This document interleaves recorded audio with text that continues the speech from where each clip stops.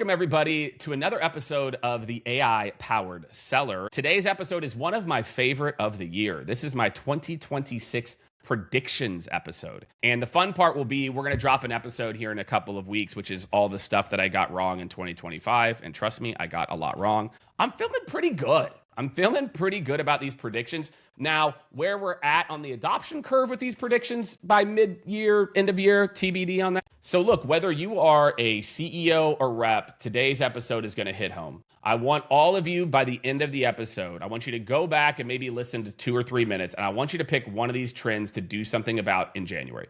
To me, this is non-negotiable. 2026 will see the gap really start to widen. And if you don't start your journey now, you're going to have to start it at some point. I don't know what to tell you. So without further ado, let's jump in to my top 5 AI predictions for 2026. AI Powered Seller. Today, my friends, I'm going to break down the top 5 2026 trends for AI. Now look, 2025, a billion different things happened. So anything I'm going to talk about now, I'm probably going to have to do again in like 3 months and say, oh yeah, now like here's my new 2026 trends, predictions. But based on what I've seen and based on where I see organizations that we work with going, here are my top 5 trends. And I have to tell you, trend number 4 is probably the one I'm most excited for. So definitely make sure you tune in to listen to trend number 4. So trend number 1, AI stops becoming a tool and starts becoming a teammate. I still think 2025 was the year where leaders, no offense, you're still really behind, but reps at scale consistently, whenever I would go into rooms or we would work with clients, I would say, how many of you are using Gemini, Copilot, ChatGPT every day or at least 4 or 5 times a week? And in 2024, maybe 50, 60% of the hands went up. This year, probably 80, 90% of the hands went up. So what I see consistently is reps are continuing to use the tools, but also consistently, there's no centralized best practices. I have to tell you, maybe 5% of our clients, maybe 5, I think I'm maybe being generous, actually have a centralized best practices, even like a prompt library. So the issue is it's still kind of a tool that's being used a bunch of different random ways. In 2026, the difference is going to be this. The difference will be, yes, reps will still be chatting, but the way that it's going to be a teammate is through automations. There are ways today to automate a vast majority of the, let's call it BS, no value add parts of a sales job. Logging to Salesforce, listening to, did I do this in a call, etc. To where, for me, when Gen AI becomes a teammate, it listens to my call, automatically rips my call transcript, automatically logs the activity to Salesforce for me. It then sends me a Slack message and says, hey, Jake, here's kind of the trends that I saw. Do you want me to log those notes to Salesforce for you, tee up an email for you, and put together version 1 of a proposal for you? Well, yes, digital teammate Sam, I would love for you to do that. Guess what, my friends? AI can do that today. And I think what we're going to see in 2026 is more and more and more of those types of use cases where AI sees your meeting, automatically does your prep, does everything that I said. Then it maybe even reminds you, hey, make sure to follow up with Ricky or whoever it is. So 2026, teammates start to be a part of your go-to-market team. It is possible to do this today, but I think we're going to actually start to see it, maybe not at scale, but maybe each organization introducing 1 or 2 of these digital teammates is what I like to call them. Because I feel like digital teammates makes it sound less boring than we're going to automate this. It's like, well, Sam does these 5 things. Digital teammates, trend numero 1. What is trend number 2? Trend number 2. Ooh, I love this. Personalization becomes the minimum, not the differentiator. Ooh, I want you all to think about that. With Gen AI, I can literally in 20 seconds create a customized white paper just for you. It will analyze the industry trends that are happening, how that relates specifically to your job title, and how we solve for that, and use 25 outside sources to where I can literally send a personalized white paper to you from email creation to email, 3 or 4 minutes. So what does that mean for you? that if you aren't in the trenches, in the nuances of it, if you aren't able to take it from, it's not that, it's actually this, and make those, I'm going to call them like the 10 to 15% tweaks, outbound is most likely never going to work for you. I want to be that blunt, that if you aren't leveraging AI to get to a level of personalization that your peers can already do, and you have human beings that are able to take what AI does and do those slight tweaks. It's actually not quite that. They actually care more about this. AI isn't perfect by any stretch of the imagination. And so generic outreach won't just underperform, it will tank your credibility. If you are doing bulk send, non-customized, I saw you went to Arizona State, I went to Arizona State, I saw you posted this LinkedIn article, I really enjoyed your insights. If that's the crap your team is sending, you are done. And to me, what I'm most excited about is the cream is going to rise to the top. The interesting part is we're actually kind of going back in time. Before all these tools came out 10 plus years ago, every single email that a rep sent or call they made was customized. It had to be. I didn't have the ability to send all. So I had to customize every single interaction. And so for me, 2026, what all of you should be excited about is not only is the quality of what I can do higher, I can do it faster, but then I get to turn my own unique perspective into the differentiator and crush the competition. So generic is dead. AI generated personalization won't cut through the noise. The only thing you'll have left is you as the human, to do the small tweaks, make sure you're doing everything in a customized, personalized manner, and you can still win an outbound in 2026, but you have to do it the way that I just said. That, my friends, is trend number 2. So before we jump into trend 3, I want to do a quick shout out. We will be launching V2 of our AI certification this February. So if you're an organization that is trying to get up to speed on Gen AI, Jake, I hear you. We need to do some of this stuff. We need to know how to build these digital teammates. Sign up. It's like a few $100. This is really just to help organizations and leaders get up to speed. So make sure to sign up. Additionally, as usual, if you're getting value out of the episode, please make sure to subscribe on your favorite podcast channel. If you're watching on YouTube, make sure to hit the like button, subscribe to the channel. And as always, what I really love is share something in your Slack channel. If there's something that resonated, share something in your on Teams and say, hey guys, I think that we can all, benefit from this. So without further ado, what is trend number 3? Drum roll. All right, coaching moved to the moment. This one's a little controversial. And I'm a little torn on this because let me tell you a little story. I very specifically, this is old school. Let me take you back a little bit. What we used to do is imagine if I'm a rep, I'm on a call. You used to have, and your leader is next to you, you used to have what we called a Y cord. Okay. So here's how it would work. You're like on the phone, right? And it's, it's not a phone, it's like a headset. And then your boss can kind of cord in as well too. And they can't talk. It's just they can listen in. So your boss is kind of right here, you're here. I didn't really ever have a problem with it. Like, I don't know, it didn't really ever bother me. But long story short, what your boss would then do, and then I was the boss doing this as well too, would just kind of, maybe push the mute button, say, hey, look, slow down, think about this, etc. And you're like, okay, you're right, I'm getting ahead of myself, etc. And candidly, it kind of worked. The issue of I have seen with a lot of, I'm going to call it tools, is they're not focused on that. They're focused on, they said gong and I work for outreach. Oh, they said gong. Oh my God. Say this thing. And it's annoying. It's like, jump up. I haven't seen a single one of these, I'm going to call them co-pilot tools, that reps are actually able to, use at scale.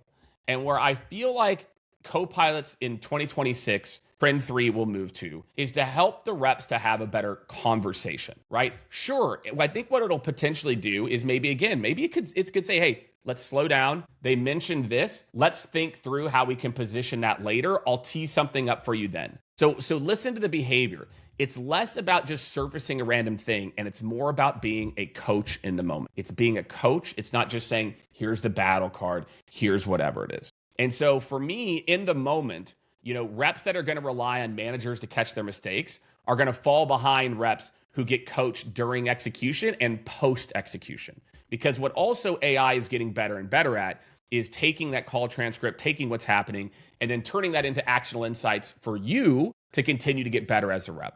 So my prediction around this kind of co-pilot motion is that AI stops becoming an interruption machine that reps just are like, God, go away. Because I've seen these tools sometimes they'll be like, okay, they said this, now do this. And then there's another thing. And you're like, I'm trying to talk to this human. Why the Y chord worked is I'm trying to talk to them. They're talking. The boss hits mute and says, hey, let's just slow down. Let's do this. Let's make sure to ask this follow-up. Unmute.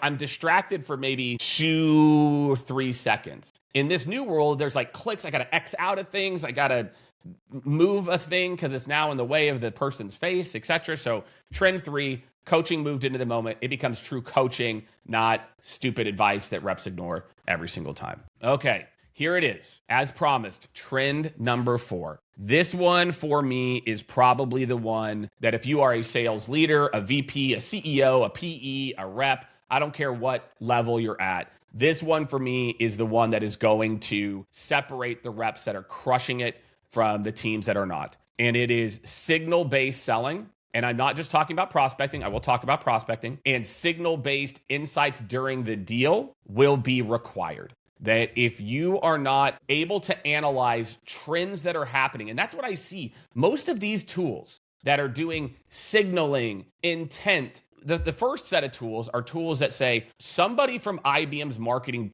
department was on a piece of content. Just so you guys know, this is how Bombara, 6 Sense, a lot of these tools your companies are spending hundreds of thousands of dollars a year for. Like the third-party intent is they've got their cookies. Let me just pull the veil back here for you, okay? They've got third-party cookies on hundreds of thousands of websites that they've negotiated deals with. They also have a list of IP addresses for companies. It is very easy to kind of understand companies' IP addresses all follow this, and then specifically departmental IP addresses follow bump, bump, bump, bump. A lot of you may not know that this is how this actually works. And so what third-party intent is like somebody that we think from IBM's marketing department looked at a piece of content on xyz.io.x, wired.com on, sales engage, like what are people doing for modern outbound? And then you as a rep get this little notification like, oh, IBM's marketing department showing intent. Guys, it could have been an intern. No offense to my interns out there. We've got interns, they're fantastic.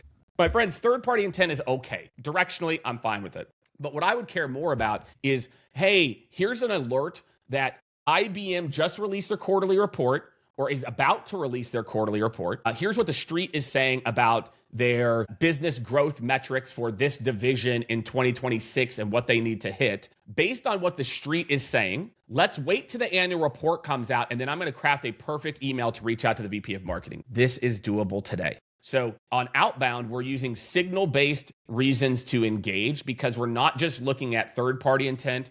We're not just looking at ways that people looked at our website. We're also looking at what's happening in the world, and we're making a tight, super hyper-personalized hypothesis on how we can help. Let's fast forward to the sales cycle, right? The sales cycle says, okay, I've got these people, this person has closed loss, these people are engaged, these people are in funnel. Imagine I'm doing a very similar activity on all my active opportunities and all my closed lost opportunities over the last 6 months. I want you to think about how this is going to impact your pipeline. Every single sales leader I talk to talks about multi-threading, right? We got to multi-thread, right?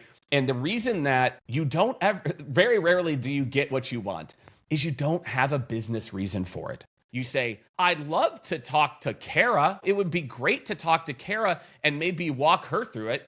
And the director's like, well, just send me some information. I'll talk to her about it and come back to you in a couple of weeks. You didn't tell them why. Whereas what signal-based, kind of pulling from publicly available information, first-party, third-party data, it can craft a narrative. Say, hey, John, I know, we're focused on this. With a lot of the CROs I'm talking to, a big trend for them is this. And I want to make sure in our next conversation, maybe we don't loop Kara in then. I want to at least walk you through what we're seeing in more of an executive brief. I'll bring our VP of sales. And so maybe what we can do on the next call is let me take you through it. If you think it's something that she's going to find value in, let's set up a call and then they can kind of talk about trends that we're seeing unrelated to what we're talking about and go from there. Boom. right? That's a mix of multi-threading internally, using publicly available information. And then imagine the signals are coming to you daily and weekly. It just says, hey, these deals you're in. If you want to get to the CTO, this thing just popped. If you want to get to the CFO, this thing just popped. So signal-based selling, signal-based multi-threading, and this goes for current account growth and upsell. My friends, that's the future. No doubt about it. Trend number 4, if you are not doing this, you're going to get smoked by sales teams that are just so precise and add so much value in the process that your like static value-based messaging pitch is going to just look like clown shoes. It's going to look like, oh, well, here's how we help you. Like, you're not making anybody smarter, right? You're not making it relevant to what's happening in the economy right now, which is what these people care about. Executives only take meetings with people that make them smarter, period. And so if you're not using signal-based selling, you're going to get smoked and maybe even referred to as clown shoes as a part of that. So last but not least is trend number 5. And what I'm excited about with trend number 5 is how we think about the roles that we hire for and how we work in our roles. And before I get to that, I want to shout out Journey AI. If you have not signed up for Journey, I don't know what you're waiting for. If you are in sales, Journey has out of the box every go-to-market assistant that you could want. And they've got company deep research. It says, just give me a link. It does the best prep you've ever seen. Then you can mention Outbound Copilot. And it says, hey, I've pulled in Johnny's LinkedIn profile, which you can't do in ChatGPT, is pulling LinkedIn profiles. And do you want to craft like 3 or 4 value props for Johnny based on industry trends and what he's going for? Yeah, absolutely. And then do you want me to push that to Salesforce or it pulls into your sales engagement platform? Absolutely. And so with Journey today, you're able to do research, craft messaging, push it to sales engagement platform in minutes. And that is the future, my friends. Like all of your workflows, you shouldn't be prompting anymore. Agents and assistants should be prompting you. So go check out, Meet Journey AI, and you can sign up for a free trial. But it's absolute no-brainer. If you're one of those reps, you're out there prompting, you're like, what's next? Go sign up, and you will quickly see, this is what's next for you. So last but not least, trend. I don't know how to say trend in Spanish, so I'll just say trend numero 5. Is AI fluency becomes assumed. So to me, most orgs are still 2025 is this. Jennifer likes AI.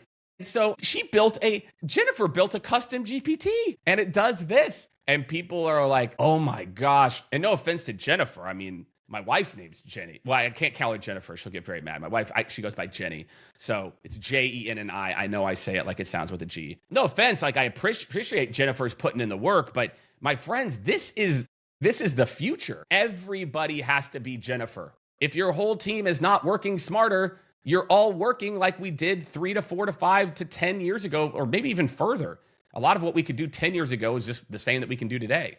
If your teams are going to Google to research, if they're manually reviewing things, like you're just going to be left behind. And I have to tell you, the people I am most scared about is the high earners in sales today. The 40, again, and I won't use ages, I'll use years of experience. Let's say the people who are 10, 15, 20, 25 plus years in the game, they built a playbook for how they work that has made them millions of dollars. And now Jennifer comes along. Jennifer's got 5 years of experience. She is so much more effective and efficient and can sound like an industry vet in the matter of seconds that it took, Tim 15 years to sound like. And trust me, as somebody who's been in the game for 20 plus years, it's a very humbling thing to think, man, is that the 20 years of experience obviously has value. But the reality is this person can sound as smart as me. Now, hopefully if we go toe to toe in a call, in a sales deal, I can beat them because I've got more of like the crevices of nuances of how things work. But AI fluency is going to be required. And that's why, again, I called out our certification program. You have to do, again, hit me up. We'll figure something out. But I just really want sellers to win and leaders to win. And we've got a sales rep track and a sales leader track. I'll figure out a way to get you in because I just want to I really want as many people as possible in 2026 to get to that level of like, I know what assistants are. I know what agents are. So I'll make something work for you just because this is so important, right? Reps today that are not using AI consistently or still just maybe, I use it here or there. I use it to correct my emails. Again, the people that figure out, they're using Journey, they're using digital teammates, they're going to perform. And I know we've been talking about this, but my friends, it's a reality. They're going to perform like 2 or 3 B player reps. And I'm going to tell you right now, 2 or 3 B and B pluses are going to beat an A minus. And so if you as a rep are like, well, hey, I'm good, I'm better than most people, cool. You now need to become more AI fluent and know what's possible to get to the next level. And AI fluency, might not get you promoted in 2026, but it certainly can get you passed over. If I've got 2 candidates in front of me for a director of sales or VP of sales, let's even say, John walks me through his experience at Salesforce. And then John went to Snowflake. And then John went to this startup that did really well. And John walks me through the 2014 playbook that he learned about, I hire people. This is what we do. Command to the message, blah, blah, blah. Okay, again, if we've got to get 20% more revenue, how are we going to do it? Well, I bring in this sales tech and he doesn't talk about AI. No chance. No chance that person gets hired. Maybe not the first part of this year, but by the end of next year, VCs, PEs, CEOs, we're all going to be hiring for AI fluency. And so number 2 candidate comes in, and Rachel maybe didn't work at all of the biggest companies or has the pedigree, but has, a good track record. She says, look, let me tell you how you scale the team at 2026. Here's what my outbound team does. They do this, this, this, and this. This is what we do. This is how they use AI. And we do less volume, but we book 3 times more meetings. Boom. Here's how we run our sales cycle. We think customer first, right? She read The Innovative Seller, obviously, right? We think customer first. We reverse engineer the process. We do away with these silly stage gates. We better triage people when they have high intent to get them through the process faster. We treat each buyer differently. And then for current customer growth, I build a proactive team that is focused on solving business challenges for clients and not answering tickets. I'm hiring Rachel every day of the week. Of course I'm hiring Rachel, right? So my friends, AI fluency will become the bar. And so if you are not thinking that way, if you're not thinking about how to become AI fluent, my friends, this is your wake-up call. This is your okay, I hear you. And I don't want you to look back in March and April and say, too busy. I had to hit the number, Jake. I had to hit the number. My friends, pretty soon, that short-term only mindset is going to end you up underemployed. You used to make 250, 350, 400 as a leader. Now you're making 2 as a rep. You were riding high when the economy was high, making $152. Now you're making 90. And I'm just telling you, this is coming. It is happening. And so AI fluency, trend number 5, don't be scared, embrace it. So let me wrap this bad boy up. Let me bring it home for you. Okay. Is 2026, we're not going to see mass role casualties. I don't think. Maybe later in the year. I feel like 2026 is not going to reward. We're going to start to move away from the concept of effort to the concept of leverage. That Kara is so good at creating leverage that she performs like a bunch of people. Jack is a really great guy, but he's still doing things the old school way. And therefore, Kara's moving up. Jack's kicking it. Shout out to K-pop Demon Hunters there for all of my folks with kids as well with the up reference. So 2026 is going to be fun, right? And I don't want anybody to be, nervous because this is exciting. This is the future. So it's going to, to me, I use it multiple times every day. And it's like, man, it makes me even more insightful, more creative. And so these 5 trends, I want you to go back and pick one of these. Pick one trend. I'm good with that. Right? Pick one trend that you think is going to move the needle for yourself. Make sure, if you haven't already, subscribe to the channel, like the video. I hope you got a ridiculous amount out of it. I hope you had an amazing 2025 and get excited for 2026. So there you have it, my friends. My 2026 AI predictions. I hope you got a ton of value out of it, and I will see you in the new year. See you on the next one.